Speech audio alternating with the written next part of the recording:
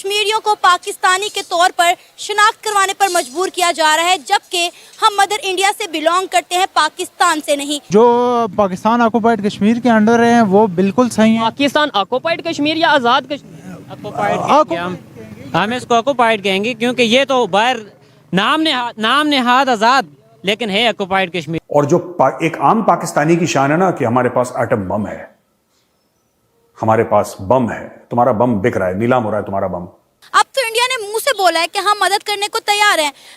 बात थोड़ी लंबी हो रही है। आपको याद होगा श्रीलंका में बुरा वक्त आया, अफगानिस्तान पर बुरा वक्त आया, इंडिया ने उन सबकी मदद की। तो क्या वो इंडिया की गुलामी कर रहे हैं? क्या इंडिया उन पर काबिज हो गया? 50,000 टन का गेहूं लेकर भारत का जहाज पहुंचा पाकिस्तान के ग्वादर पोर्ट। एक चीज घूम के दुबई से होती हुई पाकिस्तान पहुंचे इंडिया की, तो वो क्या सीधी सीधी अगर इंडिया से पहुंच जाए तो पाकिस्तानियों को कोई मसला है? MV लीला चेन्नई पहुंचा पाकिस्तान के Gwadar.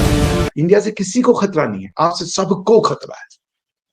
This is the beauty. India looks internal. India की भी ये प्रॉब्लम है, वो एक्सटर्नल देखता नहीं। अभी आपको पता है कि प्याज 250 पर केजी बिका है। प्याज की कहाँ से आ रहा है? वो अमेरिका से, फ्रांस से, कहीं से नहीं आ रहा, वो इंडिया से हमें कर रहे हैं। ठीक है, जब प्याज ले सकते हैं तो फिर गंदम क्यों नहीं ले सकते? 5 फरवरी तो एक फ्रॉड है, जो है एक इस तरह का उन्होंने ड्रामा बनाया हुआ है ताकि दुनिया को ये बताया जाए कि जो यहाँ के कश्मीरी हैं, यहाँ के रहने वाले लोग हैं, जो पाकिस्तान ऑक्युपाइड कश्मीर के अंडर हैं, वो बिल्कुल सही हैं। कश्मीरी पाकिस्तान से सख्त नफरत करते हैं, क्योंकि उन्हें ये लगता है कि पाकिस्तान कश्मीर के नाम पर बहुत सारा पैसा अंदर कर रहा है और कश्मीरियों के लिए कुछ नहीं कर रहा। भेगी बिल्ली बने रहते हैं Pakistani. Chinese treat them properly. एक तो मेजर करता है, एक चाइनीज करते हैं। इनके 2 ही अब्बू हैं, बड़ा अब्बू, छोटे अब्बू। एक मजले अब्बू भी हैं फौज। ठीक है, इनके 3-3 अब्बू हैं पाकिस्तानियों के। जो वजीर आजम साहब हैं, शहबाज शरीफ साहब, वो शुक्र है कि शायद आहिस्ता आहिस्ता हमारे लीडरशिप को जो है वो इस चीज़ का ख्याल आ रहा है कि वो सच बोलें। और अभी वो कतर गए हुए थे, तो पाकिस्तान की लीडरशिप तो अमूमन हमारे हालात अब इस तरह के तो नहीं रहे कि जैसे इंडिया में G20 की लीडरशिप आ रही है, फाइनेंस मिनिस्टर्स आ रहे हैं। अब ये 2 दिन की कॉन्फ्रेंस हो रही थी, United Nations conference on least developed countries. ठीक है जी, सो हम वहाँ पहुँच गए हैं और हमने, हमारे वज़ीर आज़म साहब ने कहा है कि हमने, वो कतर के अमीर जो थे उन्होंने, वो कतर में हो रही थी क्योंकि, तो लिहाजा वहाँ पे जनाब प्राइम मिनिस्टर साहब गए हैं और उन्होंने कहा है कि, और माने हैं और कि जी पाकिस्तान एक लीस्ट डेवलप्ड कंट्री है। घर में हमें आगे कुछ और बताते हैं, बाहर जाते हैं तो कुछ और बताते हैं। और वहाँ जाके अब लीस्ट डेवलप्ड कंट्रीज़ को क्या बताएंगे जी? क्लाइमेट बड़ा हमारा इफेक्ट हुआ है जी, हमारा जो post pandemic geo strategic disruption है फूड एंड एनर्जी सप्लाई में। अब ये देखें ना जी, geo strategic disruption in food and energy supply chains.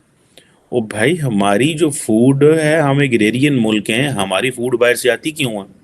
हमारे गंदम, चावल, चीनी, ये चीज़ें पाकिस्तान में क्यों पैदा नहीं होती?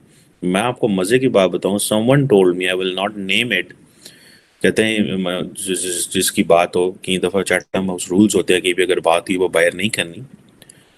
मुझे बताया गया कि पाकिस्तान की जो कॉटन है, पाकिस्तान अमेरिका से कॉटन इंपोर्ट करके वापस अमेरिका में शर्टें बेचता है एतलात में, और फिर कह रहे हैं जी geo strategic disruption in food and energy supply, ये वो।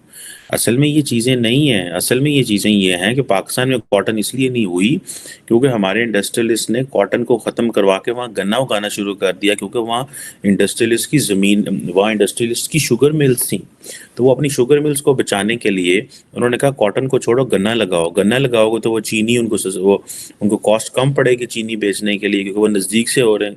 उन्होंने कॉटन बैन करा दिया। अब कॉटन से हमें फॉरेन एक्सचेंज रिजर्व आएगा, जब उससे हम चीज़ें बनाएंगे। ये जो मैं आप बता रहे हैं ना, ये जो सप्लाई चेन है, ये हमारे सारे इंटरनल मिसमैनेजमेंट्स हैं।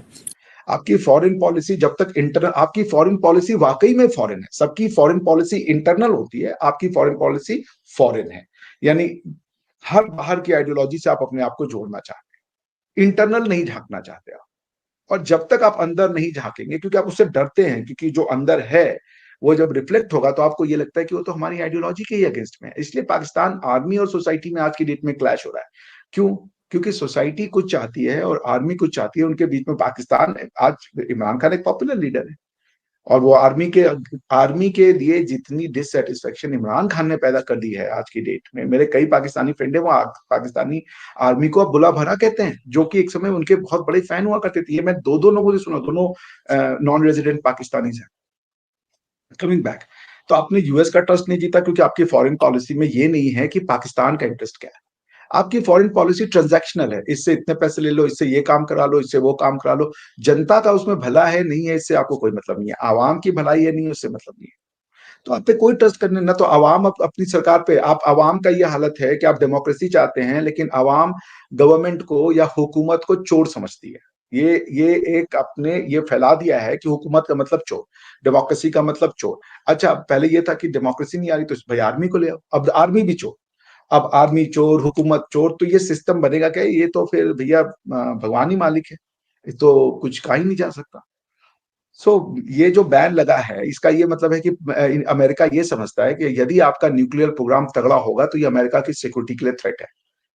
ये आप सोच लीजिए, आपका वो एलाई रहा है।